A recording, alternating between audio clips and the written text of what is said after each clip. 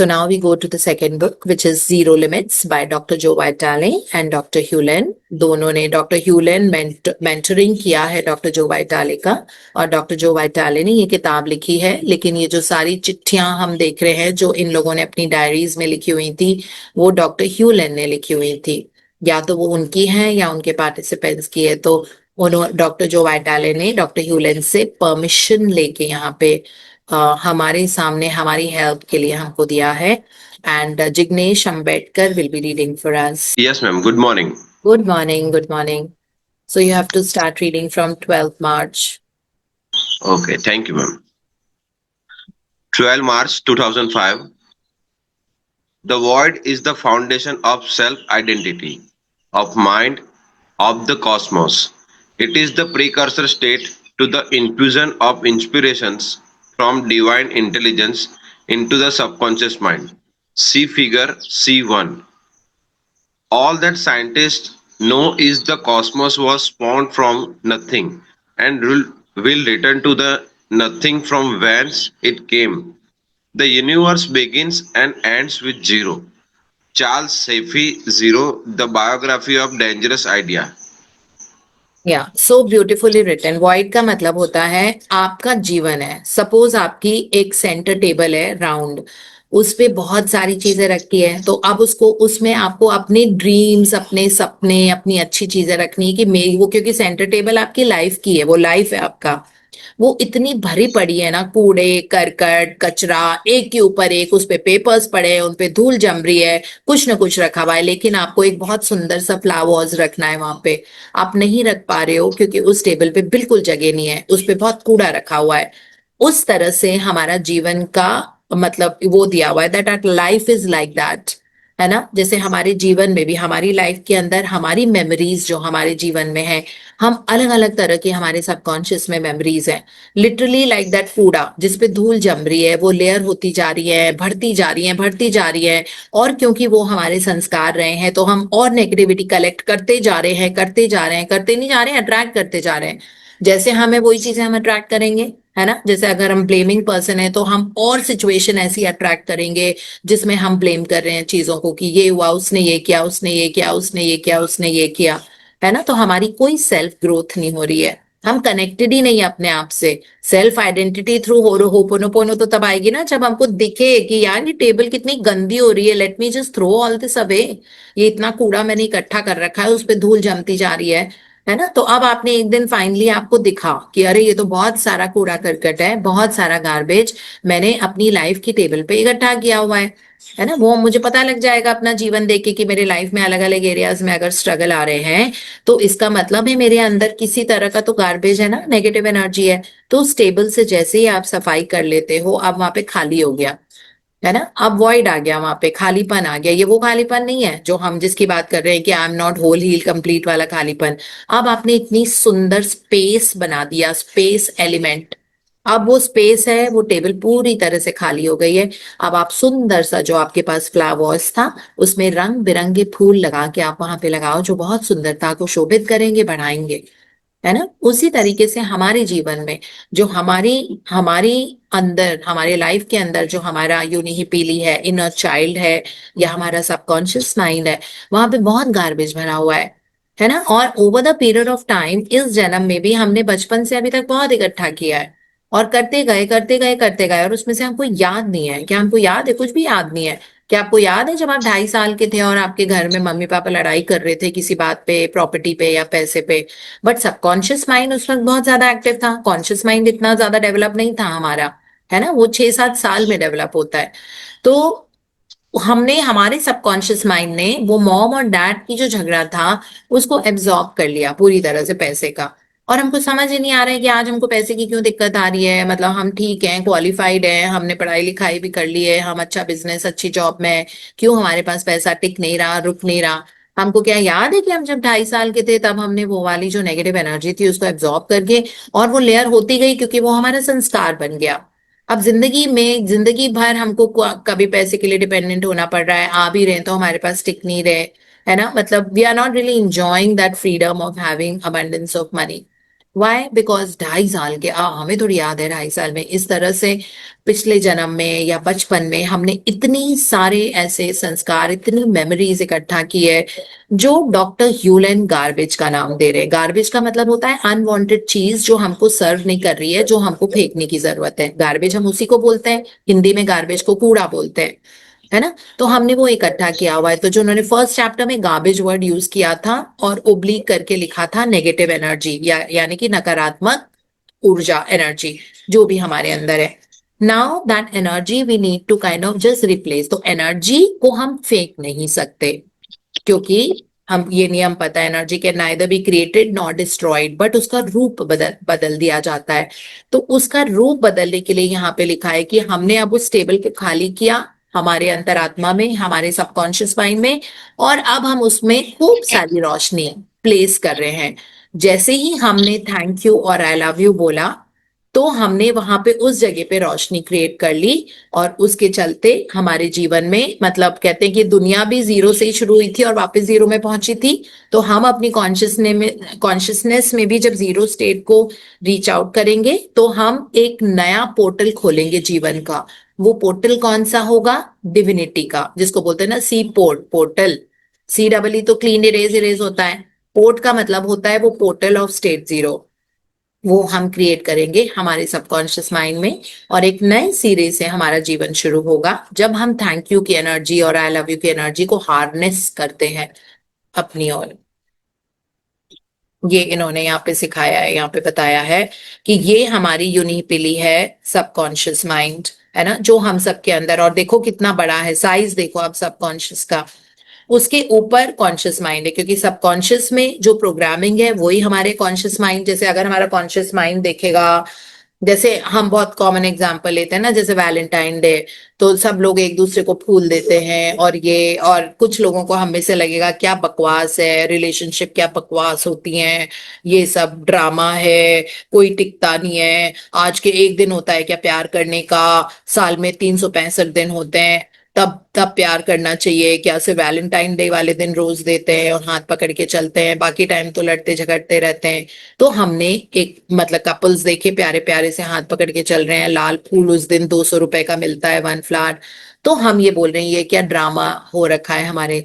तो ये हमारे सबकॉन्शियस माइंड की प्रोग्रामिंग है, जिसके कारण हमारे कॉन्शियस माइंड में हमारा परसेप्शन उस हिसाब से हो रहा है, हम परसीव ही उस हिसाब से कर रहे हैं, है ना। हमको ये नहीं दिख रहा है wow there so much love in the air, it's so beautiful, red roses are a symbol of love, so nice, मतलब इतना, it's a day of celebration of love, wow. तो ये दो तरह के रिएक्शन आए दो अलग अलग लोगों से, है ना। एक पर्सन ने कहा ये सब बकवास ड्रामा, दूसरे ने कहा wow there so much love in the air. वो किस लिए आ रहा है? क्योंकि नीचे वाला सबकॉन्शियस माइंड में जिस तरह की मेमोरीज है, हमारा कॉन्शियस माइंड उसी तरह से परसीव करेगा हमारे एनवायरनमेंट को, है ना, जो कनेक्टेड है सुपर कॉन्शियसनेस से, राइट। कनेक्टेड है सुपर कॉन्शियसनेस से, जहां से सारी एनर्जी, जहां से डिविनिटी हमको आती, कहते हैं ना आत्मा परमात्मा से कनेक्टेड रहती है। बट अगर हमारे संस्कार ऐसे हैं तो इस इन दोनों का कनेक्शन में एक त्रुटि होगी। मतलब जैसे इसको, जैसे मैं समझाती हूँ आपको कि जैसे ये सूरज है, सूर्य है, सन, है ना।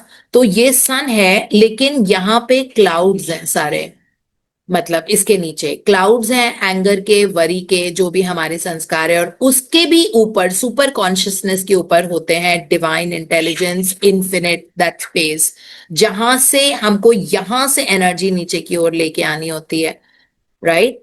सो इन दोनों को कनेक्ट करके जो ये हमारी प्रैक्टिस है वो वॉइड क्रिएट करती है। मतलब हम खालिस हो जाएंगे, सारी unwanted memories, unwanted fears, worry, concern, jealousy, anger, hatred, वो सारी चीजें, जो पुरानी यादें जिनको हम पकड़ के बैठे रहते हैं, उनको खाली करना। खाली कैसे किया है? हमने उनको कहीं नहीं हटाया है, वो डार्क एनर्जी थे, है ना, लो एनर्जी, जो लो वाइब, लो वाइब्रेशन और लो फ्रीक्वेंसी वाले एनर्जी, हमने बस उनको हाई फ्रीक्वेंसी में कन्वर्ट किया, ये कह के कि चलो ये मेरे अंदर है ना, मैं इसके लिए माफी मांगती हूँ, मुझे क्षमा करें, है ना। और हम किससे बोल रहे हैं? हम सबकॉन्शियस से ही बात कर रहे हैं, कि मैंने तुमको परेशान किया, आई नो मेरे अंदर बहुत सारी ऐसी मेमोरीज हैं, आई नो मेरे अंदर ये सब है, तो I am sorry, please forgive me. और उसको न्यूट्रलाइज और ट्रांसफॉर्म करने के लिए, रूप बदलने के लिए हम बोल रहे हैं thank you and I love you. अभी हमें ये बहुत छोटी सी और इजी प्रैक्टिस लगती है बिकॉज ये बड़े सिंपल वर्ड्स हैं, बट सिंप्लिसिटी में ही हमेशा गहराई छुपी हुई होती है। तो जब हम इसको लगातार अपनी एनर्जी को बोल रहे हैं thank you and I love you and thank you and I love you, तो बेसलाइन इस जगह से जो हमारा सबकॉन्शियस माइंड है, इसमें पॉजिटिव एनर्जी क्रिएट होती जाएगी and we will see the effect of it in our life. Who is in charge? Man is replaying displaced the void of self-identity, precluding the manifestation of inspirations. To remedy this displacement, to re-establish self-identity, memories need to be transformed to void through transmutation by divine intelligence. Clean, erase, and find your own Shangri-La. Where? Within yourself. Morna Nalamakus Simona Kahuna Lafo. Simeona. Nor Stony Simeona. Tower, Mona was very nor walls. particular about pronouncing her name, right? Mona. Mona सुन रही होंगी अभी हमको, उनको बहुत particular थी कि उनका नाम बिल्कुल सही प्रोनाउंस किया जाए। So it's Mona Nalamaku Simiona. Okay, it's difficult. Nor Stony Tower, nor walls of beaten brass, nor airless dungeon, nor strong links of iron can be retentive to the strength of spirit. William Shakespeare, playwright. या तो यहाँ पे जो void का मतलब बताया कि हमने इनसे वॉइड क्रिएट की, मतलब हमने सारी जो हमारी नेगेटिव एनर्जी थी, पुरानी यादें थी, एंगर था, वरी था, डिसअपॉइंटमेंट था, ग्रज था, जो भी था हमारे अंदर, जो भी नेगेटिव एनर्जी, तो वो सारी हमने एक वॉइड क्रिएट किया। वॉइड का मतलब होता है खालीपन, खालिस होना। और वो जैसे ही खालिस होता है, इसमें लिखा हुआ है कि वो खाली नहीं रहता। जैसे ही खाली, मान लो आपने 10% अपने अपने सबकॉन्शियस को खाली किया, है ना, आपने इतना चैंट किया thank you I love you, thank you I love you, तो सपोज 10-15% आपने कुछ महीनों में खाली किया। अब उसके अंदर वो खाली नहीं रहेगा, वो वैक्यूम नहीं है, उसके अंदर डिवाइन इंटेलिजेंस यानी कि परमात्मा की शक्ति, परमात्मा की रोशनी आ जाती है। तो वो खाली नहीं रहता। फिर आपने और ज्यादा इसको प्रैक्टिस किया और आप और ज्यादा ग्रैटिट्यूड में रहे हर एक चीज के लिए। अब वो आपका 50% खाली हो गई, वो जो गार्बेज था, है ना, जो अभी तक तो 100% था, अब आपने 50% उसको खाली कर लिया। 3-4 महीने आपने बड़े अच्छे से अपने आप को गुड फ्रीक्वेंसी में रखा और आपने ये समझ लिया कि अब के बाद से मुझे बाहर किसी को दोष देने की जरूरत ही नहीं है, क्योंकि सब मेरे अंदर है। पहली बात तो आपने उसको कबूल किया कि ठीक है, जो नेगेटिव एनर्जी हो मेरे अंदर है, और आपने चैंट किया थैंक यू या आई लव यू या ग्रैटिट्यूड की शक्ति को आपने हार्नेस किया, और आपने ग्रैटिट्यूड गेम करना शुरू किया। बार बार things you are grateful for सोच रहे हो, आई लव यू बार बार बोल रहे हो, सोच रहे हो, अपने मन में भी, मुंह से भी वही बोल रहे हो, कान से भी वही सुन रहे हो, है ना। तो इस तरह मन में भी वही चल रहा है, माइंड में। तो अब आपने 50% गार्बेज को साफ कर लिया अपने अवचेतन मन से, है ना, जिसको हम अपना इनर चाइल्ड या यूनिपिली बोलते हैं हवाइन में। तो अब वहां पे वो खाली नहीं रहेगा, वॉइड, ये लिखा हुआ था अभी पिछले से पिछले पैराग्राफ में। उसके अंदर ऑटोमेटिकली जब वो खाली होता है तो भगवान की दैवीय शक्तियां वहां पे स्टेप इन करती है, वो उसको भर लेती है। तो वो एकदम ऐसा नहीं है कि खाली हो गया। अब आप देखोगे कि आपको इंस्पिरेशंस आने शुरू हो गए, आपको कुछ कुछ चीजें ऐसी हो रही है जो आपको लग रहा है कि मुझे ऐसे लग रहा है जैसे चमत्कार हो गया है, मुझे ऐसे लग रहा है चमत्कार है ये, ऐसे ही लग रहा है ना। क्यों आपको ऐसा लग रहा है? बिकॉज आपकी नेगेटिव एनर्जी पॉजिटिव में कन्वर्ट हो गई है, और वो पॉजिटिव क्या होती है? That's divine power. डिवाइन का मतलब ही दैविक होती है, देवता रूपी, है ना, दैट वे। तो यहाँ विलियम शेक्सपियर का ये लिखा है कि ऐसी जगह पे जहां पे आप ब्लैंक में ऐसी जगह पे पहुंच रहे हो जहां पे सिर्फ स्पिरिट का, आत्मा का पावर रिटेन हो रहा है, बाकी कुछ भी मैटर नहीं करता। The links of iron, dungeon, beaten brass, stony tower, कुछ नहीं, ना मेहनत है वहां पे, ना चकाचौंध है, बट वहां पे हेवन है।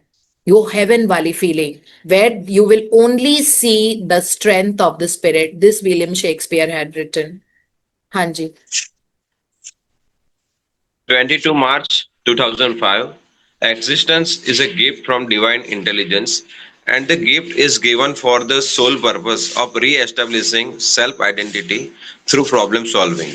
Self-identity, Ho'oponopono, is an updated version of an ancient Hawaiian problem solving process of repentance, forgiveness, and transmutation. Do not judge, and you will not be judged. Do not condemn, and you will not be condemned. Forgive, and you will be forgiven. Jesus, as reported in Luke 6.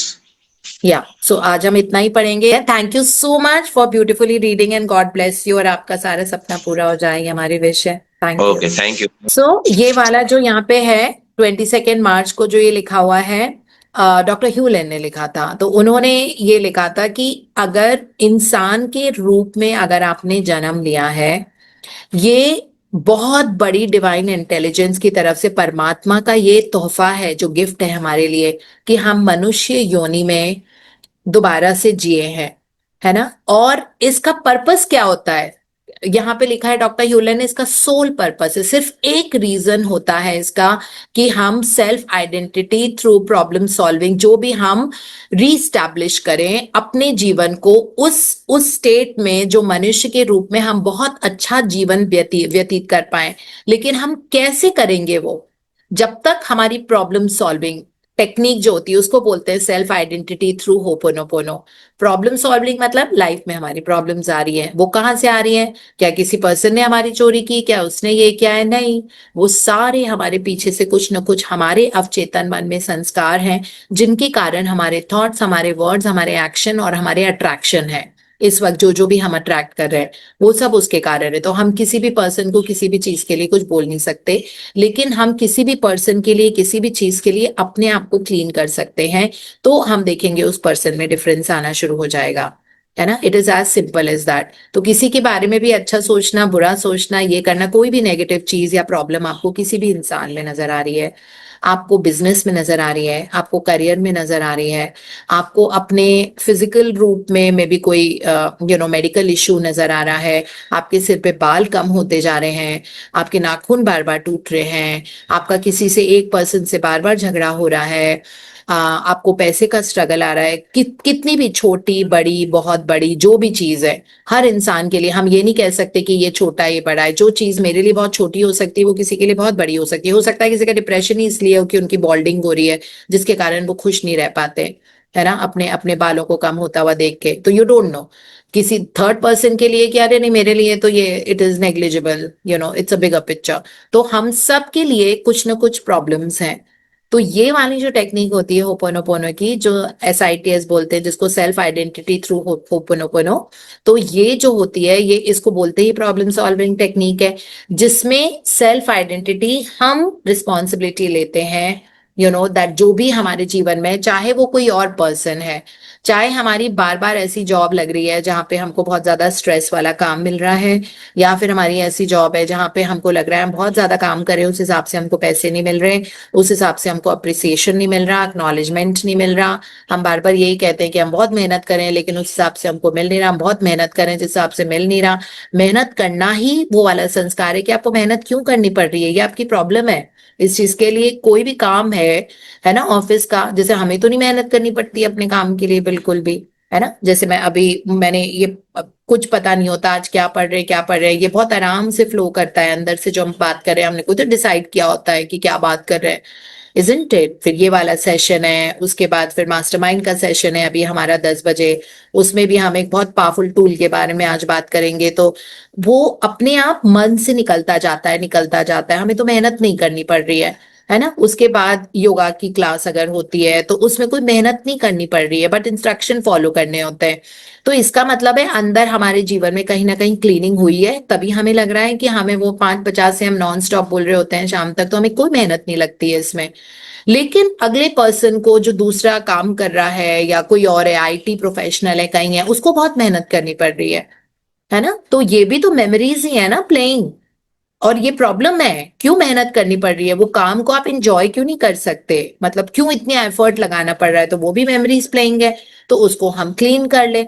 है ना। तो जैसे जैसे clean करते जाएंगे वैसे वैसे वो जो जगह खाली होती जाएगी, वहां पे डिविनिटी आती जाएगी, वहां पे भगवान आते जाएंगे, उनका प्रभाव पड़ता जाएगा। और जिसको हम, उस प्रभाव को हम अपने डेली एक्शंस, बिहेवियर्स, डिसीजंस, हमारा बोलना चालना, हमारे दिन का स्केड्यूल क्या है, उसमें we will be able to see the reflection, उसका उसका रिफ्लेक्शन जो हमारे अंदर, the divine intelligence that we have created, where we had created that void. So instead of that void, in place of that void जो खाली हुआ है, सो in that void वो वाली शक्तियां आती जाती है, that we are going to exhibit, and वो रिफ्लेक्ट करेंगे हमारे डेली एक्शंस में, हमारे बिहेवियर में, हमारे अट्रैक्शंस में। अब हमको लगेगा अरे ये मिरेकल की तरह हो गया, ये काम मैंने तो सोचा भी नहीं था इतनी आराम से हो जाएगा, मैंने सोचा भी नहीं था कि I just thought of it and this happened, ये सारी चीजें होने लग जाएंगी। सो अब इसका ही जो ये पूरा है, तो ये तो मोरना जो थी उनका था, है ना, मतलब मोरना जो थी, मोरना सिमियोना, तो वो सेल्फ आइडेंटिटी थ्रू होपोनोपोनो की प्रैक्टिस वो थोड़ी लॉन्ग होती थी और वहां पे फिजिकली जाके किया जाता था। लेकिन डॉक्टर ह्यूलेन ने इस प्रैक्टिस को बहुत सिंप्लीफाई कर दिया और उन्होंने कहा कि वो जो लंबी प्रैक्टिस होती थी उसका भी अर्थ यही होता है कि आप अपने अंदर से रिस्पॉन्सिबिलिटी लो और बोलो दैट हाँ मैं कबूल, इसमें एक्सेप्टेंस भी आना चाहिए पहले। It should be process of acceptance, repentance, forgiveness and transmutation. ये 4 वर्ड्स है। I am sorry, please forgive me, thank you, I love you. तो सबसे पहला वर्ड होगा एक्सेप्टेंस, कि मैं कबूल कर रही हूँ कि मेरे जीवन में जो भी हो रहा है वो मेरे अंदर की मेमोरीज के कारण रिप्ले हो रहा है ना। तो मैंने एक्सेप्ट किया, फिर मैं रिपेंट कर रही हूँ, आई एम सॉरी, मुझे माफ करें, मुझे क्षमा करें। फिर उसके बाद फॉरगिवनेस मांग के फिर उस एनर्जी को हमने ट्रांसम्यूट किया एक बहुत हल्की, लाइट, पॉइंट एनर्जी में, ये बोल के thank you, I love you, तो ये प्रैक्टिस के बारे में डॉक्टर ह्यूले ने अपना डायरी में लिखा हुआ था। और फिर उसके बाद जीसस क्राइस्ट का बाइबल से कोट है, डू नॉट जज and you will not be जज। अगर आप किसी को जज नहीं करोगे तो आपको कोई जज नहीं करेगा, सब आपको जैसे आपको वैसे ही एक्सेप्ट करेंगे और प्यार देंगे। इसका ये मतलब होता है। Do not condemn and you will not be condemned. इसका मतलब है आप किसी को क्रिटिसाइज मत करो तो आपको लाइफ में कोई क्रिटिसाइज नहीं करेगा। Forgive and you will be forgiven. Forgive करना सीखो। फॉर गिविंग का मतलब ये होता है कुछ देना, फॉर गिविंग, दैट मेरा मेरा जीवन गिविंग के लिए है। My life is only for meant for giving to the others. So forgive का मतलब होता है give love. So forgive का मतलब हर इंसान को अगर उनसे कोई गलती हुई है, कुछ भी हुआ है, उसको फॉरगिव करो, बिकॉज बाहर तो कुछ है ही नहीं, वो हमने कुछ हमारे संस्कार हमारी मेमोरी में है जिसके कारण हमने उसको अट्रैक्ट किया था। इसलिए गिव ही करते रहो, for giving and you will be for given, है ना। और फिर हमारे सारे सिंस भी होंगे। तो इसीलिए आज वाला तो हमारा हील हील माय रिलेशनशिप्स वाला ही था, तो उसी को सिग्निफाई कर रहा है ये वाला कोड भी जीसस क्राइस्ट का। Yeah, so this is how much we have today, and thank you so much for being such amazing listeners and participants and introducing others also. Thank you so much.